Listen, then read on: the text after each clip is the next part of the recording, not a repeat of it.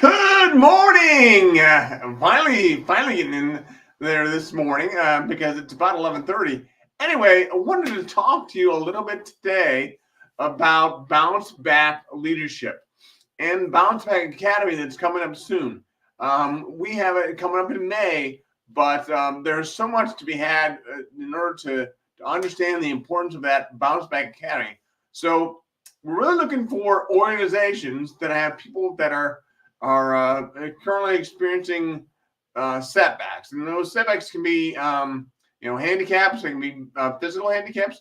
They can also be mental or invisible handicaps. So we want to make sure that we're addressing those, all of those as well. So what we have is we have a 7-step process that I've gone through in my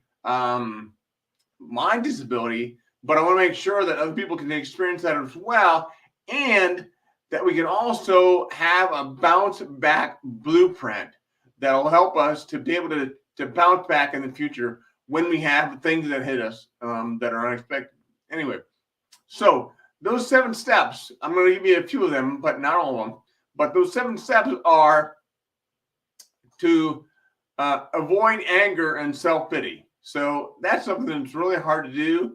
But if you can avoid self-pity and anger, that's going to help you a lot as you go through. It's really the first step in everything we do. So even the retreat that's coming up in May, we want to make sure that people that are attending that have gone through that first step, because if they're still in a self-pity and denial or anger way of thinking, then we really don't think that it's appropriate for them to be a part of this organization at that time.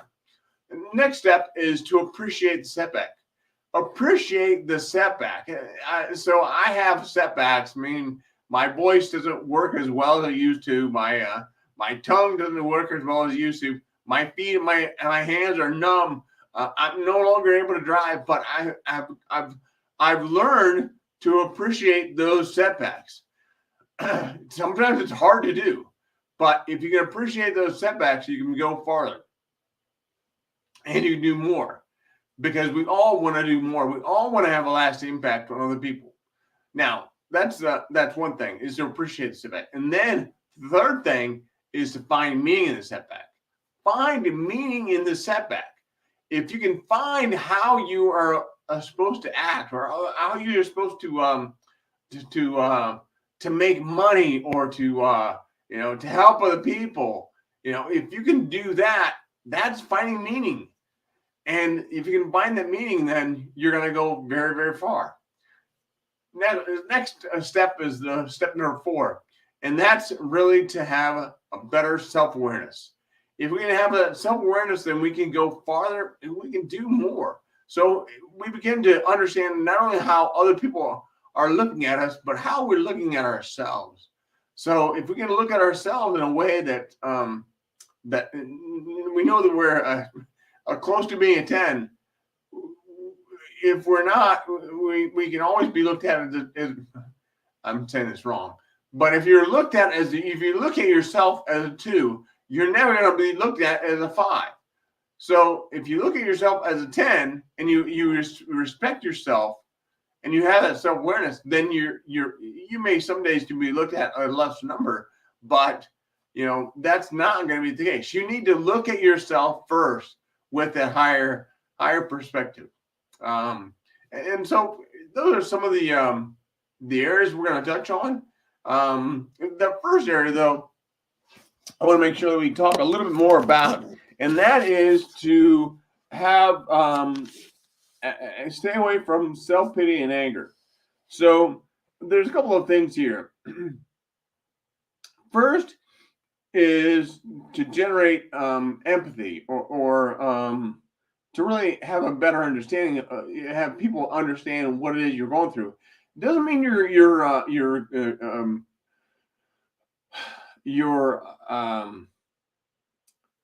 putting yourself out, or you're putting yourself down, or you're looking for sympathy. You're just hoping to gain empathy for where you are. Next is to use different words. than the words you've used in the past. When it comes to sympathy, you don't want to have a sympathy down in your mouth kind of perspective on life. You want to have an upbeat life. You want to have an upbeat personality, because nobody wants to be around somebody that has a negative attitude. That's just simple, plain fact. And then, generate a list of people that can help you. Generate a people of a group of friends or family members, or people that you know that will come on to your calls, or they that will pick up the phone when you call them, or that they're going to have your back. You want to make sure you have that as well. So that's really all within this avoiding self-pity and denial, or self-pity and anger. So that's what I wanted to say about that step. And the next step that we want to talk about is to have confidence. So after self-awareness, you begin to have confidence, and you begin to build your confidence. So what is the best way to build your confidence? Anybody? If you're on listening to me live, put in the hashtag live. If you're listening on replay, put in the hashtag replay. But if you can tell me what it is you do that that helps you build your confidence, what is it? I'll wait and listen for a second here.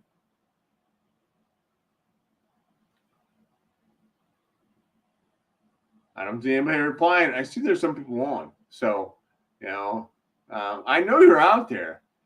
Tell me what you think you can do to build your self-confidence. All right. I'm going to stop waiting. I'm going to tell you one area that you can help yourself to build your own confidence is to take action. It doesn't always mean it's going to be the right action. Sometimes you're going to fail. Sometimes you're going to fall. But taking that action will mean so much, because you're putting yourself out there. I mean, I take action every day. Some days it's not very pretty, but other days, I think I have an impact on people.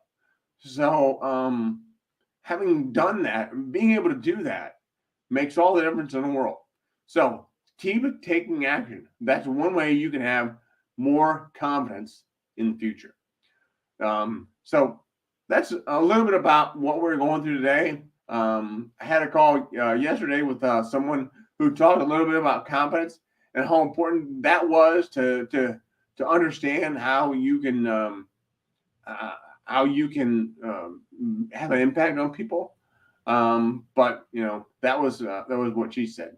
Anyway, so there's some people that are on. So let's see, who was the first one to respond to my note or my question here for. Oh, it's Ted. Hey, Fred, Ted, it's good to see you. I love that you love the show. And I love that you love my positive attitude. That's important for us all to understand. That positive attitude really means a lot to other people. Having that ability to talk with the people, having that ability to make yourself happy. I mean, the gratitude that I have today, I had to have the gratitude that I was happy with what I've been given. I was happy with the life that I've been given. I was happy with the disability that I've been given. Now, Ted, I'm sure you're probably the same way. You're happy that you have the disability you have, because that right there, it sets up your whole attitude. It sets up what you are and what you're going to do and how you're going to do it and where you're going to be and all those things. So there's so much to be thankful for in this life.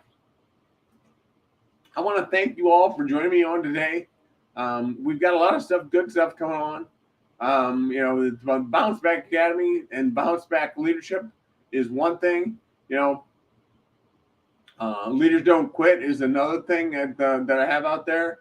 And then what did I have to say?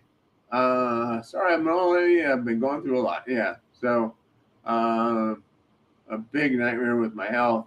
I'm happy and having my destiny though. That's awesome. That's awesome, Ted. Yes, it's not awesome that you have challenges you're going through, but just understanding that you're happy with those things, happy with having the life you have. You know, we don't get to choose the life we have. We don't get to choose a lot of things in our world, but we do get to choose our attitude and how we approach it. So, Ted, I know you're much like me. Um, you approach life differently than most people. So I want to thank you for being on here today. I want to thank you for being a part of this organization. I want to thank you for just shining your light because that's so important. And looks like Ted has another. Uh, I will definitely call you sometime, Ted.